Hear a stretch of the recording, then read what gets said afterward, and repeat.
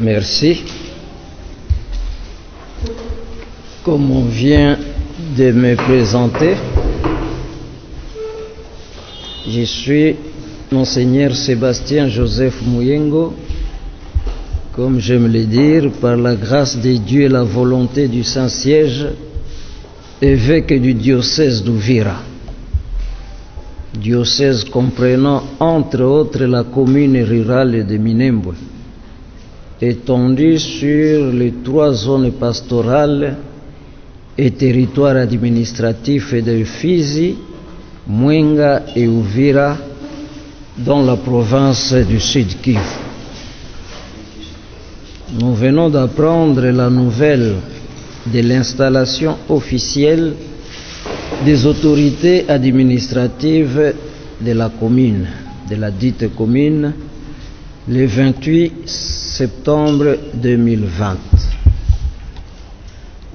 Nous regrettons que cet acte, loin d'être de nature à faciliter la véritable paix dans les hauts plateaux, suscite au contraire beaucoup d'animosité dans l'étendue du diocèse et de la région, et même de la province et du pays, à cause notamment du traitement spécial et réservé à la dite commune par rapport aux autres disséminés dans la région, à savoir Sange, Luvungi et Kiliba dans le territoire d'Uvira, Fizi, Misisi, Lulimba et Suima dans le territoire de Fizi et Kamanyola dans le territoire de Walungu.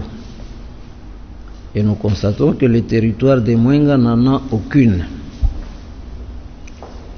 Alors que la plupart des communes rurales sont érigées au sein d'un territoire, la nouvelle commune de Minembwe s'étend sur les 3 territoires administratifs et zones pastorales, en intégrant une bonne partie de la réserve naturelle d'Itombwe, à cheval sur Fizi et Mwenga, et une bonne partie de la chefferie de Bavira vers Bijombo, Kagogo, Kishembwe, etc.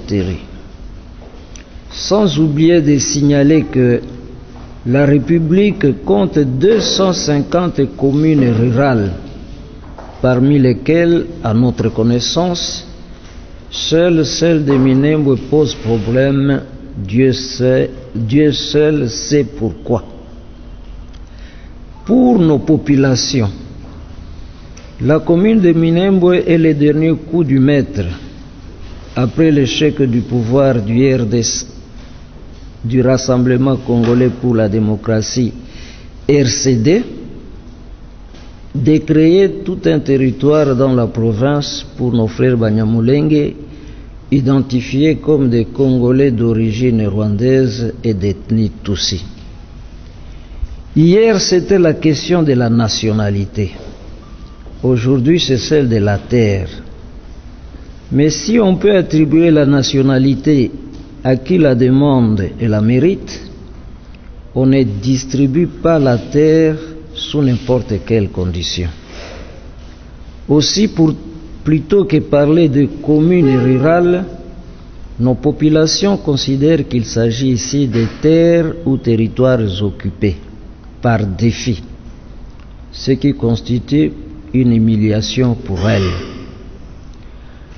En ce jour où nous célébrons, je note que mon texte est du 1er octobre, en ce jour où nous célébrons le 10e anniversaire du rapport Meping sur les massacres perpétrés dans notre pays et dont les auteurs n'ont jamais été poursuivis, on se souvient dans la région de tous les sangs versés sur notre sol à cause de problèmes liés à la terre.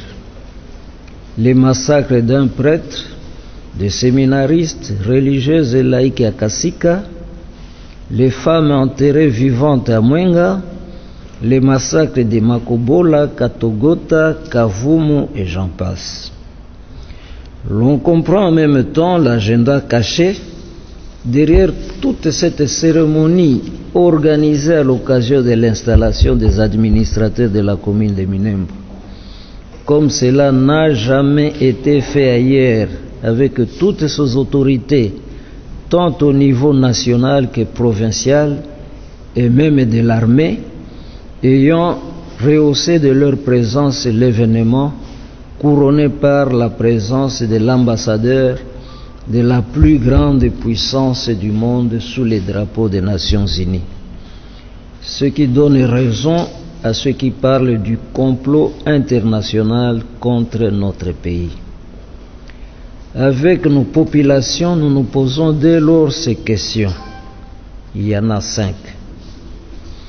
Que dit le président de la République, M. Félix-Antoine Tshisekedi, à ce sujet?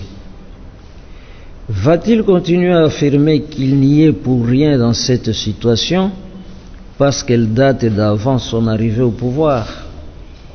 Lorsqu'on devient président de la République, on prend en charge le destin du pays avec aussi bien son passé, son présent et son avenir.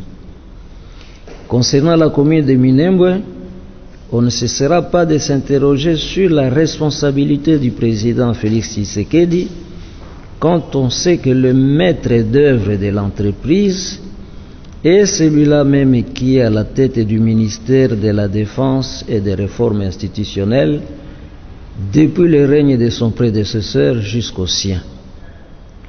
Puisque le programme est de 100 jours, le problème de la commune de Minembwe constitue un test pour les chefs de l'État. On se demande pour qui roule-t-il? Pour le peuple d'abord, comme le jurait son père, ou pour ceux qui, comme on l'attend, l'ont placé au trône afin de se servir de lui pour en arriver là. Nous craignons que s'il laisse faire le cas de Minembwe, le processus du démantèlement du pays ou de ce que l'on appelle la balkanisation soit amorcé avec sa complicité. Ce qui en droit constitutionnel constitue une haute trahison. Que disent nos députés, nos élus députés et sénateurs des territoires concernés? Nous félicitons ceux qui se sont déjà prononcés à ce sujet. Mais on peut se poser la question de savoir où étaient-ils lorsque les décisions étaient prises au Parlement, si jamais elles y étaient prises. Encore que ce n'est pas sur les réseaux sociaux qu'on les attend dans ce genre de questions qui ne relèvent pas de simples opinions personnelles, mais plutôt de véritables débats parlementaires aboutissant à des votes de décision. En tout cas, dans la persistance de la situation, seule leur démission prouvera qu'ils ne sont pas complices dans cette vaste trahison de notre pays et de son peuple. Mais que disent aussi les autres députés et sénateurs?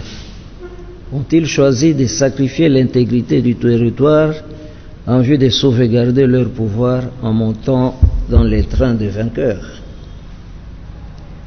Chez nous en Afrique, et particulièrement en République démocratique du Congo, la terre étant sacrée et ses propriétaires étant les chefs coutumiers, au-delà de la loi Bakajik attribuant à l'État le pouvoir de la gérer, ont-ils été consultés concernant le morcellement de ces territoires? Que reste-t-il encore de leur pouvoir de gardiens de nos terres si les choses doivent se passer de cette façon?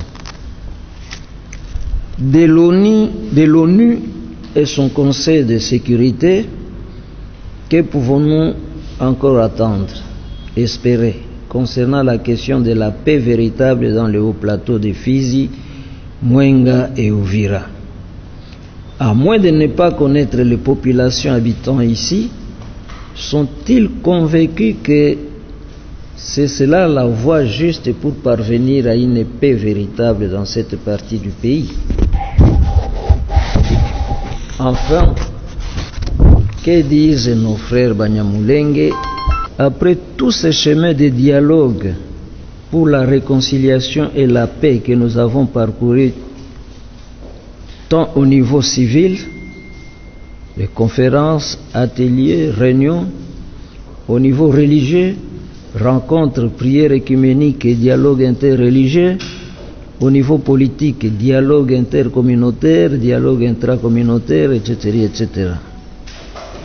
Comment allons-nous vivre désormais en nous regardant les yeux dans cet espace où déjà les conditions de vie et de convivialité n'étaient pas assurées?